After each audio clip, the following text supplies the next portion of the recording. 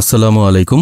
আজ মঙ্গলবার ৪ নভেম্বর ২০২৫, ১৯ কার্তিক ১৪৩২ বঙ্গাব্দ, ১২ জমাদিউল আউয়াল ১৪৪৭ হিজরি। স্বাগত জানাচ্ছি আমাদের প্রতিদিনের আয়োজন আজকের প্রধান প্রধান জাতীয় দৈনিক পত্রিকার প্রথম পাতার খবরে। আমার দেশের প্রধান শিরোনাম, ২৩৭ আসনে বিএনপির প্রার্থী ঘোষণা। ৩ আসনে লড়বেন খালেদা জিয়া, ১ আসনে তারেক রহমান। ৬৩ আসনে প্রার্থিতা ঘোষণা করা হয়নি। স্থায়ী কমিটির সিনিয়র অনেক নেতার নাম নেই। যুগপৎ আন্দোলনে থাকা সমমনা দলগুলোর জন্য কয়েকটি আসন রেখে দেওয়া হয়েছে। ফজলুর রহমান মনোনয়ন পেলেও বাদ রুমিন ফারহানা।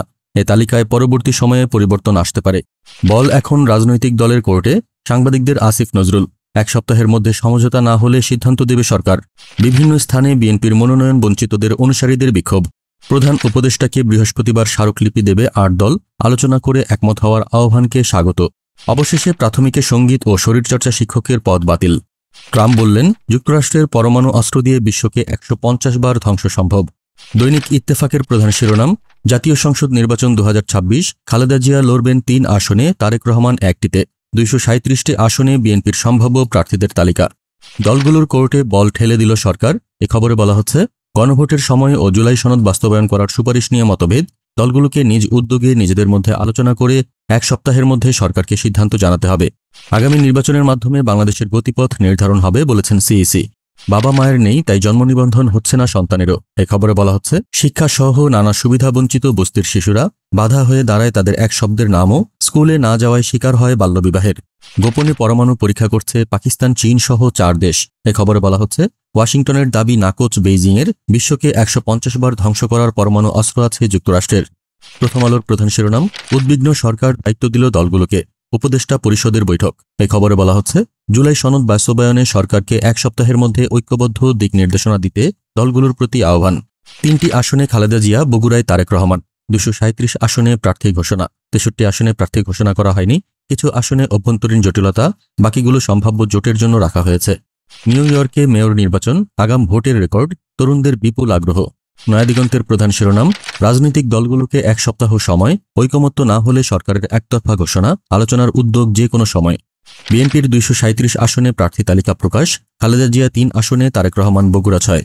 পৃথক দিনে গণভোটের দাবিতে অটল ৮ দল। ৬ নভেম্বর প্রধান উপদেষ্টাকে স্মারকলিপি। ডিজিটাল ব্যাংক লাইসেন্সের জন্য ১২ প্রতিষ্ঠানের আবেদন। ব্যাংকিং খাতে যুগান্তকারী পরিবর্তন। পঞ্চদশ সংশোধনী পুরোটা বাতিল চেয়ে হাইকোর্টের রায়ের বিরুদ্ধে আপিল। সাইবার হয়রানির মামলা করলেন ঢাবি শিক্ষিকা মোনামি। এ খবরে বলা হচ্ছে, ঢাকা বিশ্ববিদ্যালয়ের শিক্ষক ও সহকারী প্রক্টর শেহরিন আমিন ভুইয়া মোনামি নিজের ছবি বিকৃত করে ফেসবুকে প্রচার ও অশালীন মন্তব্যের অভিযোগে সাইবার সুরক্ষা আইনে শাহবাগ থানায় মামলা করেছেন।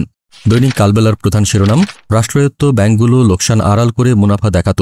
৯০,০০০ কোটি টাকার বিশেষ সুবিধা। এ খবরে বলা হচ্ছে, প্রতি বছর লোকসানে থাকলেও মুনাফা দেখিয়ে লভ্যাংশ ঘোষণা করে আসছিল ব্যাংকগুলো। প্রভিশন ঘাটতির বিপরীতে ব্যাংকগুলোর ডেফারেল দেয় ৮৬,১৮৭ কোটি টাকা। অভিজ্ঞদের ওপর আস্থা রাখছে বিএনপি। বগুড়া ৭, দিনাজপুর ৩ ও ফেনী ১ আসনে লড়বেন খালেদা জিয়া। তারেক রহমান বগুড়া ৬ আসন থেকে প্রথমবারের মতো লড়ছেন। বিশ্বকে ১৫০ বার ধ্বংস করার মতো অস্ত্র যুক্তরাষ্ট্রের কাছে আছে ডোনাল্ড ট্রাম্প। দলগুলোর কোর্টে বল ঠেলে দিল সরকার। উপদেষ্টা পরিষদের বিশেষ সভা। দলগুলোর মতভেদে উদ্বিগ্ন সরকার চাইল সুপারিশ। মতৈক্যে পৌঁছাতে রাজনৈতিক দলগুলোকে ১ সপ্তাহ সময়। সরকারকে রেফারি চায় বিএনপি জামায়াত, অস্পষ্ট এনসিপি। এই খবরে বলা হচ্ছে, এনসিপির সদস্য সচিব আখতার হোসেন মনে করেন, সুপারিশের ভিত্তিতেই সরকার আদেশ জারি করবে। সেটাই হওয়ার কথা ছিল। যখন সরকারের তরফ থেকে আরও ১ সপ্তাহ দলগুলোকে আলাপ আলোচনার কথা বলা হয়, তখন মনে হয় সরকার আসলে এই সংস্কারের বিষয়গুলো নিয়ে শাপলুডু খেলছে।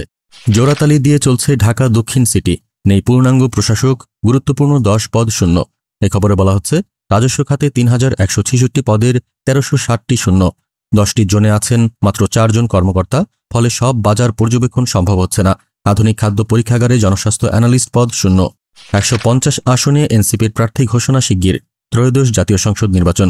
এই খবরে বলা হচ্ছে, নাহিদ সহ শীর্ষ নেতারা নির্বাচন করতে পারেন যেসব আসন থেকে: ঢাকা ১১ নাহিদ ইসলাম, রংপুর ৪ আখতার হোসেন, ঢাকা ১৮ নাসিরুদ্দিন পাটোয়ারি, পঞ্চগড় ১ সার্জিস আলম, হাসনাত আবদুল্লাহ কুমিল্লা ৪, সারোয়ার তুষার নরসিংদী ২, আব্দুল হান্নান মাসুদ নোয়াখালী ৬, আরিফুল ইসলাম আদিব ঢাকা ১৪ এবং তাসনিম যারা লড়তে পারেন ঢাকা ৯ আসন থেকে।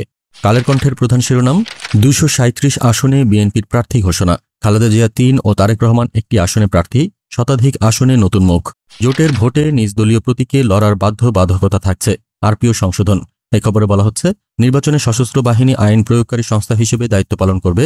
মামলায় পলাতকরা প্রার্থী হতে পারবেন না। ইভিএম বাদ, বিনা প্রতিদ্বন্দ্বিতা ঠেকাতে না ভোটের বিধান। দলগুলো 1 সপ্তাহের মধ্যে মতৈক্যে পৌঁছাতে না পারলে সরকারের সিদ্ধান্ত। জুলাই সনদ বাস্তবায়ন। 5 দফা দাবিতে প্রধান উপদেষ্টাকে স্মারকলিপি, গণমিছিলের ঘোষণা। পোশাক খাতে সংকট বাড়ছেই। এই খবরে বলা হচ্ছে, রাজনৈতিক অস্থিরতায় ক্রেতাদের আস্থাহীনতা বাড়ছে। কারখানা বন্ধ হচ্ছে বেশি, চাকরি হারাচ্ছেন কর্মীরা। টানা 3 মাস কমছে রপ্তানি, অক্টোবরে কমল 7%। সমকালের প্রধান শিরোনাম, বিএনপির তালিকায় 83 নতুন মুখ।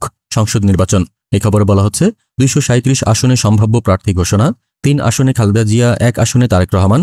1 ডজনের বেশি আসনে বড় নেতাদের সন্তানরা প্রার্থী।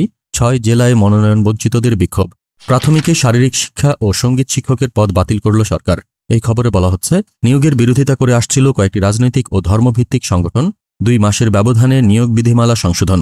সনদ গণভোট নিয়ে সমঝোতার দায়িত্ব দলগুলোকে দিল সরকার। উপদেষ্টা পরিষদের বৈঠক। আলোচনার জন্য দলগুলোকে 1 সপ্তাহ সময়। সমঝোতা না হলে সরকার সিদ্ধান্ত দেবে। গণভোটের সময় নিয়ে উপদেষ্টাদের মতভিন্নতা। দলগুলোর প্রতিক্রিয়া। আলোচনার জন্য রেফারির অভাব হতে পারে বলেছে জামায়াত। সংস্কারের বিষয় নিয়ে সাপলুরু খেলছে সরকার বলেছে এনসিপি। উপদেষ্টা পরিষদের সিদ্ধান্তে প্রতিক্রিয়া জানায়নি বিএনপি। চীনের সমরাস্ত্র কিনলে নিষেধাজ্ঞার ঝুঁকি। রাষ্ট্রদূতের সঙ্গে ঢাকায় আসছে মার্কিন নতুন আইন। এই খবরে বলা হচ্ছে, জানুয়ারির প্রথম দিকে দায়িত্ব নেওয়ার কথা রাষ্ট্রদূত ব্রেন ক্রিস্টেনসেনের। চীনা সরঞ্জাম ব্যবহার করলে মার্কিন নিরাপত্তা সহযোগিতার সম্ভাব্য নিষেধাজ্ঞা আসবে। বিকৃত ছবি, ভিডিওর শিকার 7 নারী চিকিৎসক। গুরুতর ট্রমায় আক্রান্ত সন্তান সম্ভব 1 জন। যুগান্তরের প্রধান শিরোনাম, 237 আসনে প্রার্থী ঘোষণা। বিএনপির প্রাথমিক মনোনয়ন তালিকা। বাকি আসনের বেশিরভাগ মিত্রদের জন্য ছাড়বে। মনোনীত প্রার্থীর পক্ষে দলের সবাইকে ঐক্যবদ্ধভাবে কাজ করার বার্তা। নবীন প্রবীণ সমন্বয়ে প্রার্থী, আছে চমক। প্রাধান্য, বিগত আন্দোলনে ভূমিকা, এলাকায় জনপ্রিয়তা সহ কয়েকটি মানদণ্ড। উপদেষ্টা পরিষদের জরুরি সভায় আলোচনা। একই দিনে গণভোট, জাতীয় নির্বাচন। এই খবরে বলা হচ্ছে, পিআর পদ্ধতিতে উচ্চকক্ষ গঠন। জুলাই সনদের প্রস্তাবে নোট অব ডিসেন্ট উল্লেখ থাকবে না। 1 সপ্তাহের মধ্যে ঐকমত্যে আসতে দলগুলোর প্রতি আহ্বান। অন্যথায় সিদ্ধান্ত দেবে সরকার। এনসিপির খসড়া প্রার্থী তালিকা। ঢাকায় লড়বেন নাহিদ পাটোয়ারি, যারা। এই খবরে বলা হচ্ছে, আখতার, হাসনাত, সার্জিস প্রতিদ্বন্দ্বিতায় নামবেন নিজ এলাকায়। তালিকায় নাম 2 উপদেষ্টা আসিফ ও মাহফুজের। সরকারের একটা অংশ নির্বাচন ভণ্ডুল করতে চায় বলেছে এনসিপি। নিউ ইয়র্কে মেয়র নির্বাচনে ভোট গ্রহণ আজ। একাধিক জরিপে এগিয়ে জোহরান মামদানি। সবার নজর 63 আসনের দিকে। অগ্রাধিকার পাবে জোট সঙ্গীরা। এই ছিল আজকের প্রধান জাতীয় দৈনিক পত্রিকার প্রথম পাতার খবর। আগামীকাল আবার আমরা হাজির হব নতুন সব সংবাদ নিয়ে। সেই পর্যন্ত দেশজগৎ নিউজের সাথেই থাকুন। ধন্যবাদ।